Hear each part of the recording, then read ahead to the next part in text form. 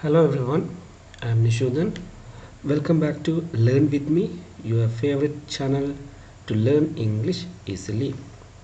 நாங்கள் இன்றைக்கி என்னத்தை பற்றி படிக்க போகிறோம்னா எப்படி சார்ட் இலகுவாக எழுதுறதுன்னு சொல்லி பார்ப்போம். முதலாவது விஷயம் பார்த்திங்கன்னா சார்ட்ஸ். இது பார்த்திங்கன்னா எக்ஸாம் பேப்பரில் சார்ட் தரம் 10 11ஆம் ஆண்டு கிரேட் 10 11க்கு 14வது கேள்வியில் பி பார்ட்டில் வருது. இந்த சார்ட் பார்த்திங்கன்னா 10 மார்க்ஸ் இந்த சார்ட்டுக்கு நீங்கள் பெற்றுக்கொள்ளலாம். சார்ட் நிறைய வகையான சார்ட் இருக்குது. Bar chart, pie chart, table ஓ கிரிட் ஓ வென் டயக்ராம், இப்படி 4 விதமான சார்ட் இவ்வளோ காலத்துலேயும் உங்களோட எக்ஸாமுக்கு வந்திருக்கு. அந்த சார்ட் எழுதுகிற முறை எப்படி இந்த ஈஸியாக இந்த சார்ட்டுக்கு மார்க்ஸை பெற்றுக்கொள்ளலாம்னு சொல்லி இந்த வீடியோவில் நாங்கள் பார்க்க போகிறோம். ஓகே, இப்போ முதலாவதாக சார்ட் எழுத முதல் சார்ட் எப்படி இருக்கும். பார் சார்ட்ண்டா பார் சார்ட் இந்த அமைப்பில் இருக்கும். Bar chart, pie chart, Venn diagram, grid ஓ டேபிள். அதோடு பார்த்திங்கன்னா இந்த 14வது கேள்வி பி பார்ட்டில் பாஸ் பேப்பர் கொஷனில் இது கட்டாய கேள்வியாக இருக்குது. கட்டாய கேள்வின்னா ஒவ்வொரு வருஷமும் இந்த கேள்வி கொண்டே இருக்குது. இப்போ 2011ஆம் ஆண்டிலிருந்து ஒவ்வொரு ஆண்டும் பார்த்திங்கன்னா இந்த கேள்வி வந்துருக்கு. அது பை சார்ட், பார் சார்ட்னு சொல்லி ஒவ்வொரு வருடம் ஒவ்வொரு சார்ட் வந்துருக்கு. அப்போ இது கட்டாய கேள்வியினுடைய நாங்கள் இலகுவாக 10 மார்க்ஸை இதுக்கு பெற்றுக்கொள்ளலாம். இப்போ சார்ட் நாங்கள் படிக்க முதல் எங்களுக்கு மார்க்கிங் ஸ்கீம் தெரிஞ்சிருக்கணும். அதாவது எப்படி இந்த சார்ட்டுக்கு மார்க்ஸ் அலோகேட் பண்ணியிருக்குன்னு தெரிஞ்சிருக்கணும். இப்போ முதலாவது விஷயம் பார்த்திங்கன்னா கண்டென்ட்ன்றா உள்ளடக்கம். தரப்பட்ட விஷயத்தை நாங்கள் சரியாக உள்ளடக்கி எழுதியிருந்தோம்னா எல்லா விஷயத்தையும் எழுதினா எங்களுக்கு 3 புள்ளி வரும். அதே நாங்கள் எழுதுகிற விஷயத்தை ஒரு ஃபார்மேட், ஒரு ஒழுங்குமுறைப்படி எழுதியிருந்தோம்னா எங்களுக்கு 2 புள்ளி வரும். அப்படி ஒழுங்குமுறைப்படி எழுதுறத நாங்கள் சரியான இலக்கணத்தோட இலக்கண பிழை இல்லாமல் எழுதியிருந்தால் எங்களுக்கு 3 புள்ளி. இறுதியாக பார்த்திங்கன்னா மெக்கானிக்ஸ் ஆஃப் ரைட்டிங், அதாவது அவ்வாறு எழுதின விஷயத்தை கிராமர் சரியாக கண்டென்ட்டோடு ஆர்கனைஸ் பண்ணி எழுதின விஷயத்தை நாங்கள் capital letter, small letter, full stop, comma இப்படியான மெக்கானிக்ஸ் ஆஃப் ரைட்டிங் சரியாக பயன்படுத்தி எழுதியிருந்தோம்னா 2 புள்ளி.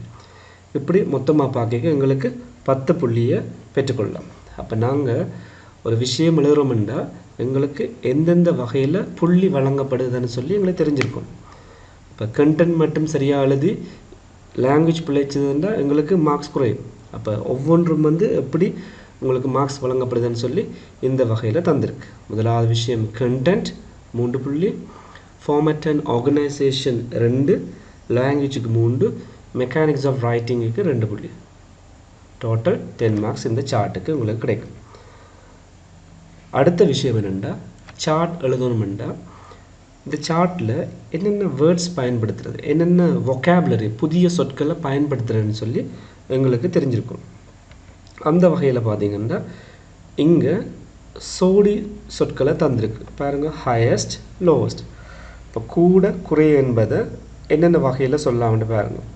Most, least, maximum, minimum, majority, minority. Majority என்ன பெரும்பான்மையான, மைனாரிட்டி என்ன சிறுபான்மையான, மோர் தேன், லெஸ் தேன், ஒன்றை விட கூட, ஒன்றை விட குறைய. அப்போ இவ்வளோத்தையும் பார்த்திங்கன்னா இவ்வளோ சோடி சொற்களாக தந்திருக்கு.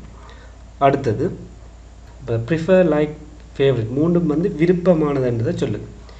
யூஸ்டெண்டா பாவிக்கிறது, ஐடென்டிஃபைடண்டா கண்டுபிடிக்கப்பட்டது, ஷோஸ் காட்டுகிறது, ரீப்ரசன்ட் பிரதிநிதித்துவப்படுத்துகிறது, பர்சன்ட் ஆஃப், நம்பர் ஆஃப், அல்லது an equal number of, an equal percent of, horizontal axis, vertical axis, நிலைக்குத்தச்சு, கிடையச்சு. ஹொரிசோண்டல் ஆக்சிஸ் என்ன கிடையச்சு, வெர்டிக்கல் ஆக்சிஸ் என்ன நிலைக்குத்தச்சு. அடுத்தது ஈச் என்றா ஒவ்வொன்றும், பாப்புலர் என்ற பிரபலமான, வயலண்டா போது, ரெஸ்பெக்டிவ்லி என்ன முறையே. இப்போ இவ்வளவு சொற்களும் எங்களுக்கு தெரிஞ்சிருக்கணும். அதோட ஃப்ரேஸும் சொற்கூட்டமும் தந்திருக்கு. இதில் பார்த்தீங்கன்னா அக்கார்டிங் டு த கிராஃப், இந்த கிராஃபின் அடிப்படையில். on the other hand, மறுபுறத்தில் ஒரு விஷயத்தை சொல்லிட்டு இன்னொரு விஷயத்தை சொல்லிக்க on the other hand என்ற வேர்டு ஃப்ரேஸை யூஸ் பண்ணுவோம். இன்ட்ரெஸ்டிங்லி, சுவாரஸ்யமான. as a whole, முழுவதின் அடிப்படையில். we come to a conclusion that, நாங்கள் ஒரு முடிவுக்கு வருகிறோம். அப்போ இது வந்து பேசிக்காக ஒரு சார்ட் எழுதுறேன்றால் எங்களுக்கு தெரிஞ்சிருக்க வேண்டிய சொற்களாக இருக்குது, முக்கியமான சொற்கள். இதை விட மேலதிகமான சொற்கள் தெரிஞ்சிருக்கணும், ஆனால் இவ்வளோ சொற்களை வச்சுக்கொண்டு இலகுவாகவும் எழுதலாம். ஓகே, அப்போ இம்பார்ட்டன்ட் வேர்ட்ஸ் எங்களுக்கு கட்டாயம் தெரிஞ்சிருக்கணும். அடுத்தது how to write a bar chart. அப்போ இதில் நிறைய சார்ட் இருந்தாலும் நாங்கள் முதலாவது பார் சார்ட் எப்படி எழுதுறேன்னு சொல்லி பார்ப்போம். இப்போ பார் சார்ட் எழுதுறதுக்கு முதல் அந்த பார் சார்ட் எழுதுகிற முறையை நாங்கள் 3 பந்தியாக பிரித்து எப்படி எழுதுறேன்னு சொல்லி பார்ப்போம். இப்போ முதலாவது விஷயம் பார்த்திங்கன்னா எங்களுக்கு கேள்வியிலேயே தந்திருப்பாங்க. என்னென்று த ஃபாலோயிங் பார் சார்ட் ஷோஸ்ன்னு தந்திருப்பாங்க. அதை வச்சுக்கொண்டு ஃபாலோயிங் இப்போ அபவ் என்ற வேர்டை பயன்படுத்தி the above bar graph shows அந்த கேள்வியில் தந்த விஷயத்தை அப்படியே எழுதுவோம். அடுத்தது வெர்டிக்கல் ஆக்சிஸ் ஷோஸ். வெர்டிக்கல் ஆக்சிஸ்ன்றா நிலைக்குத்து அச்சு என்னத்தை காட்டுது. ஹாரிசோண்டல் ஆக்சிஸ்ன்றா கிடையச்சு என்னத்தை காட்டுது.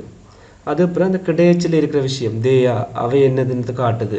அப்போ கடைசியாக எழுதிக்க அன் போட்டு எழுதணும். ஒரு 5 விடயம் இருக்குண்டா 4 விஷயத்தை கமா போட்டு எழுதிட்டு 5ஆவது விஷயம் எழுதிக்க அன் போட்டு எழுதுவோம்.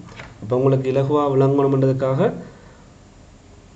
ஒவ்வொரு வசனமாக தந்திருக்கு. நீங்கள் இதை முதலாவது பந்தியாக எழுதணும். இது வந்து ஃபர்ஸ்ட் பேராகிராஃப். செகண்ட் பேராகிராஃப் பார்த்தீங்கன்னா செகண்ட் பேராகிராஃபில் இந்த ஆர்டர் இருக்குது தானே, ஆர்டரின் அடிப்படையில் முதலாவது வர வேண்டியது வந்து ஹையஸ்ட். அப்போ ஹையஸ்ட் இதில் எதுன்னு நாங்கள் இந்த பார் கிராஃபில் கண்டுபிடிச்சு எழுதுவோம். அப்போ according to the bar graph highest percent of students like dash and it is dash. அப்போ இதில் வந்து பார்த்திங்கன்னா கூடுதலான மாணவர்கள் இதை விரும்புகிறாங்க, அது இத்தனை சதவீதமாக இருக்குன்னு சொல்லி எழுதுகிறோம். அப்போ இந்த முறையில் எழுதலாம். இப்போ எல்லாத்துக்கும் இந்த லைக்ன்றது பொருத்தமாக இருக்காது, ஆனால் சில விடயத்துக்கு லைக்ன்னு எழுதலாம்.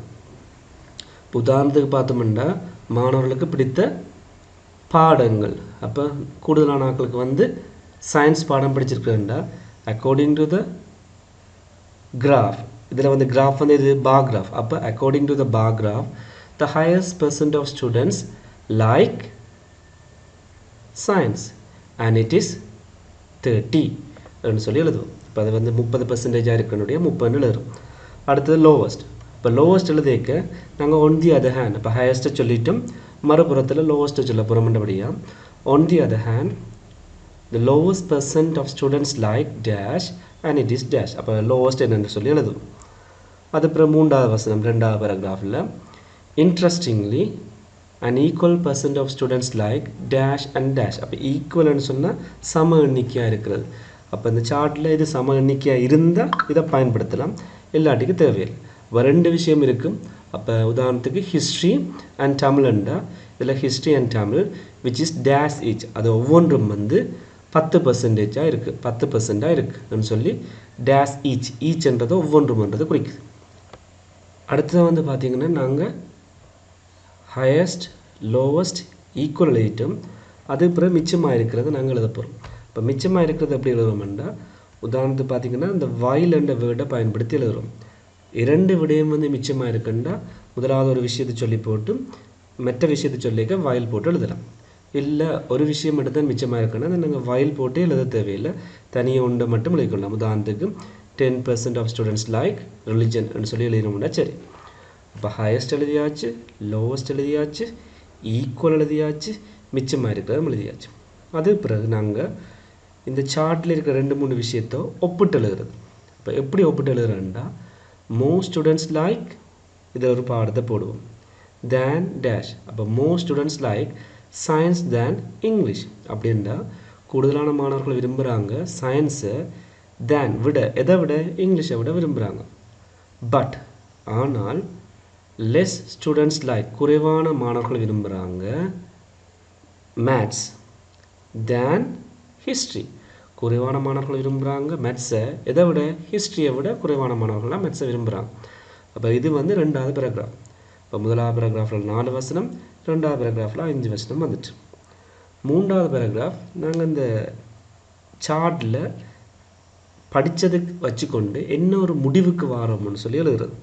இப்போ அதை எப்படி எழுத போகிறோம்னா, ஆஸ் அ ஹோல் முழுவதின் அடிப்படையில் we come to a conclusion, நாங்கள் ஒரு முடிவுக்கு வாரோம், that the most percent of students like dash, கூடுதலான மக்கள் வந்து இல்லாட்டி கூடுதலான மாணவர்கள் வந்து என்னத்தை விரும்புகிறாங்க, பிகாஸ் ஏனெண்டா ஒரு ரீசன் போடலாம். இந்த ரீசன் போட வேண்டியது வந்து அவசியம் இல்லை. நாங்கள் மூன்றாவது பேராகிராஃபில் எழுதிக்க இந்த ரீசன் எழுதாமே விடலாம். as a whole we come to a conclusion that the most percent of students like science ன்னு சொல்லி எழுதி முடிக்கலாம். இப்போ இந்த சார்ட்டை வச்சுக்கொண்டு நாங்கள் எப்படி இறுதி முடிவுக்கு வாரோம்ன்றதான் கடைசி பேராகிராஃப். அப்போ 3 பேராகிராஃப். அப்போ இந்த 3 பேராகிராஃபும் எழுதுறதுக்கு எங்களுக்கு இந்த ஒரு முறை தெரிஞ்சிருந்தா, இந்த 3 பேராகிராஃபும் எழுதுகிற ஒரு முறை தெரிஞ்சிருந்தா இதை வச்சுக்கொண்டு நாங்கள் எழுதுகிறோம். அப்போ இந்த சார்ட் எழுதுகிற ஆர்டரை வச்சுக்கொண்டு எப்படி இலகுவாக வந்து சார்ட் எழுதுறோன்னு சொல்லி நாங்கள் இன்னொரு சார்ட்டில் வந்து பார்ப்போம். இப்போ அதுக்கு முதலாவது எங்களுக்கு இந்த முறை 3 பந்தியும் எழுதுகிற முறை எங்களுக்கு தெரிஞ்சிருக்கணும். அப்போ இந்த முறை இப்போ கிளியராக இருக்கும். இப்போ இந்த எழுதுகிற முறையை வச்சுக்கொண்டு நாங்கள் ஒரு சார்ட்டை பார்ப்போம். அப்போ சார்ட்டில் பார்த்திங்கன்னா முதலாவது எங்களுக்கு இப்படி ஒரு கேள்வி தருவாங்க, தலைப்பு தரப்படும். என்னென்னு பாருங்க. The following bar graph shows the favorite breakfast of grade 11 students of Jaffna Central College. Study the graph and write a description about it. அப்போ இந்த bar graph வந்து என்னத்தை காட்டுதுண்டா, favorite breakfast of grade 11 students Jaffna Central College. அப்போ Jaffna Central Collegeல இருக்கிற grade 11 ஸ்டூடெண்ட்ஸுடைய favourite breakfast இதில் தந்துருக்குறாங்க. இப்போ இங்கே வந்து பார்த்திங்கன்னா பிரெட், தோசை, ஹப்பர்ஸ், ரொட்டி அண்ட் இட்லி. இங்கே ஹொரிசோனல் ஆக்சிஸில் ஃபேவரட் பிரேக்ஃபாஸ்ட்டும், இங்கே வெர்டிக்கல் ஆக்சிஸில் பெர்சன்டேஜ் ஆஃப் ஸ்டூடெண்ட்ஸும் தந்திருக்கு. அப்போ கொஞ்சம் தகவல் எங்களுக்கு தந்திருக்குறாங்க. இந்த தகவலை வச்சுக்கொண்டு நாங்கள் 100 சொற்களுக்கு குறையாமல் எழுதணும். சில சந்தர்ப்பத்தில் இதில் தருவாங்க சில சொற்கள் வந்து அந்த சொற்கள் பாவிக்கலாம்னு சொல்லுவாங்க. இப்போ கட்டாயம் அந்த சொற்கள் தான் பாவிக்கணும்னு இல்லை, அது உங்களுக்கு கொஞ்சம் உதவிக்காக தந்திருக்கு. இப்போ இதை வச்சுக்கொண்டு நாங்கள் முதலாவது எப்படி ஆன்சர் எழுதுறோன்னு சொல்லி பார்ப்போம். இப்போ முதலாவது வசனம் பார்த்திங்கன்னா இங்கே எங்களுக்கு கேள்வியில் தந்த வசனத்தையே நாங்கள் திருப்பி எழுதுகிறோம். ஆனால் ஃபாலோயிங் பதிலாக தி அபவ் ஒன்று எழுதுகிறோம். இந்த சார்டு கீழே தான் இந்த விடை எழுத போறியா நாங்கள் தி அபவ் ஒன்று போடுறோம். அப்போ எங்களுக்கு இதில் ஸ்பெல்லிங் பிழை வர்றதுக்கு எந்த ஒரு சந்தர்ப்பம் வராது. ஏனென்றால் நாங்கள் பார்த்து எழுதுகிறோம். தி above bar graph shows the favorite breakfast of grade 11 students of Jaffna Central College. இப்போ ஃபர்ஸ்ட் பேராகிராஃபில் முதலாவது வசனம் எழுதியாச்சு. ரெண்டாவது வசனம் தொடர்ச்சியாக தான் எழுத போகிறோம். எப்படி என்று பார்த்தீங்கன்னா the vertical axis. இந்த vertical axis என்னத்தை காட்டுது? இல்லை பாருங்கள், percentage of students. அப்போ நாங்கள் அதையே பார்த்து எழுத போகிறோம், percentage of the students. And horizontal axis அது எதுன்னு காட்டுது? favorite breakfast. அப்போ horizontal axis shows favorite breakfast. அடுத்த வசனம் எழுதியாச்சு மூன்றாவது. அது அப்புறம் நாலாவது வசனம் தேயா அந்த horizontal axisல இருக்கிற விஷயங்கள் என்னென்னா bread, comma dosa, comma hoppers, comma roti and idli. இப்போ வசனம் ஸ்டார்ட் பண்ணிக்க கேபிட்டல் லெட்டர்ஸ், ஒவ்வொரு விஷயத்தையும் சொல்லிக்க கமா போடுறோம், இறுதியான சேர்க்க அண்ட் போட்டு எழுதுறோம், ஃபைனலாக ஃபுல் ஸ்டாப். இப்போ இதுதான் ஃபர்ஸ்ட் பேராகிராஃப். சார்ட் எழுதுறது எப்படின்னு பார்க்கும்போது முதலாவது பேராகிராஃப் இந்த முறையில் இருக்குது. அப்போ இந்த முதலாவது பேராகிராஃபுக்கு தேவையான அனைத்து சொற்களும் வந்து எங்களுக்கு இந்த கேள்வியிலேயே தரப்பட்டிருக்கு. ரெண்டாவது பேராகிராஃப் பாருங்க. ரெண்டாவது பேராகிராஃப் நாங்கள் ஹையஸ்ட் எழுத போகிறோம். இதில் வந்து கூடுதலான மாணவர்கள் எதை சாப்பிட விருப்பப்படுறாங்க? பிரெட்டு. குறைவானாக்கள் இட்லி. சம எண்ணிக்கையானாக்கள் தோசை, ரொட்டி. அப்போ நாங்கள் இதை வச்சு கொண்டு எழுத போகிறோம். According to the bar graph, இந்த பார் கிராஃபின் அடிப்படையில் the highest percent of students like to eat, சாப்பிட விருப்பப்படுறாங்க bread, and it is 30, அது 30% இருக்கிறது. ஓகே, அப்போ முதலாவது ஹையஸ்ட் எழுதியாச்சு. ரெண்டாவது on the other hand மறுபுறத்தில் ஹையஸ்ட்டை சொல்லியாச்சு, மறுபுறத்தில் லோவஸ்ட். அப்போ ஹையஸ்ட் பாவிச்சா நீங்கள் அதோட சோடி த லோவஸ்ட்டை பாவிச்சிங்கன்னா உங்களுக்கு வசனம் நல்ல ரிச் லுக்கை தரும். அப்போ on the other hand the lowest percent of students like to eat idli. குறைவானாக்கள் இட்லியை சாப்பிட விருப்பப்படுறாங்க பாருங்கள் 5%. அப்போ அப்படி எழுதிட்டு நாங்கள் and it is 5% எழுதுவோம். இப்போ இங்கே and it is 5 என்னோட பெர்சன்டேஜ் குறிப்பிடப்பட்டிருக்கபடியாக நாங்கள் and it is 5 எழுதுகிறோம். மூன்றாவது இதில் ஈக்குவல் இருக்குது தோசை அண்ட் ரொட்டி. அப்போ அதையும் எழுதிக்கொள்வோம். எப்படி எழுத போகிறோம்? Interestingly an equal percent of students like to eat dosai and roti and it is 20 each. அவை ஒவ்வொன்றும் 20% இருக்கு. அப்போ நாங்கள் 20 ஈச்ன்னு போடுறோம். இப்போ ஹையஸ்ட் எழுதியாச்சு, லோவஸ்ட் எழுதியாச்சு, ஈக்குவல் எழுதியாச்சு. மிச்சமாக ஒன்று தான் மிஞ்சுது, ஹாப்பர்ஸ். இப்போ அப்பம் சாப்பிட விருப்பப்படுறார்கள் 25% இருக்கிறாங்க. அப்போ அதையும் நாங்கள் add பண்ணிக்கொள்வோம். 25% of students like to eat hoppers. அது பிறகு ஒப்பிட்டு எழுத போகிறோம். எப்படின்னு பாருங்க, more students like bread than dosa. கூடுதலான ஆட்கள் விரும்புகிறாங்க பிரெட்டை எதை விட? தோசையை விட. இப்போ தோசை குறைவு, பிரெட் கூட. But less students like idli than ரொட்டி. குறைவான ஆட்கள் விரும்புகிறாங்க இட்லியை எதை விட? ரொட்டியை விட. அப்போ more than less than போட்டு ஒப்பிட்டு எழுதியாச்சு. அப்போ இது செகண்ட் பேராகிராஃப். தேர்ட் பேராகிராஃப் எப்படி எழுத போகிறோம்னா, as a whole முழுவதின் அடிப்படையில் நாங்கள் ஒரு முடிவுக்கு வரோம். we come to a conclusion. நாங்கள் ஒரு முடிவுக்கு வரோம். எப்படி என்றால் that most percent of students like to eat bread. கூடுதலான ஆட்கள் பிரெட் சாப்பிட விருப்பப்படுறாங்க. அப்போ எங்களுக்கு இந்த 3 பந்தியும் எழுதுகிற முறை ஏற்கனவே பாடமாக இருந்ததுன்னா நாங்கள் அந்த இடைவெளியை மட்டும் இந்த சாடை பார்த்து குறித்தோம்னா சரி. அப்போ எழுதுகிற முறை உங்களுக்கு முதல் ஸ்லைடில் காட்டினேன். அந்த எழுதுகிற முறையை நீங்கள் பாடமாக்கி எழுதுகிற ஓர்டரை சரியாக தெரிஞ்சு வச்சுருந்தா நீங்கள் இங்கே சார்ட்டை பார்த்து பிரதிவிட்டீங்கன்னா சரி. அப்போ இதுதான் பா சார்ட் எழுதுகிற முறை. அப்போ நீங்கள் ஒவ்வொரு சார்ட்டும் எழுதிக்க பா சார்ட், இதில் பை சார்ட் வந்தால் பை சார்ட்னு சொல்லி மென்ஷன் பண்ணலாம். இந்த கடைசி பேராகிராஃபில் as a whole we come to a conclusion that most percent of students like to eat bread ன்னு சொல்லி குறிப்பிட்டிருக்கு.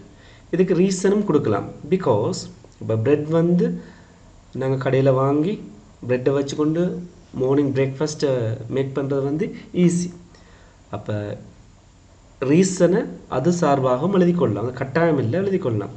as a whole we come to a conclusion that most percent of students like to eat bread because it is easy to make breakfast using the bread. அப்படி எழுதிக்கொள்ளலாம், அது கட்டாயம் இல்லை. அப்போ இந்த முறையை வச்சுக்கொண்டு நாங்கள் சார்ட் எழுதுறது இலகுவாக இருக்கும். இப்போ இப்படி சார்ட் எழுதணும்னா எங்களுக்கு இலகுவாக வந்து கூடுதலான புள்ளிகளை பெற்றுக்கொள்ளலாம். ஓகே, தேங்க்யூ ஃபார் வாட்சிங். see you in next video. Bye bye.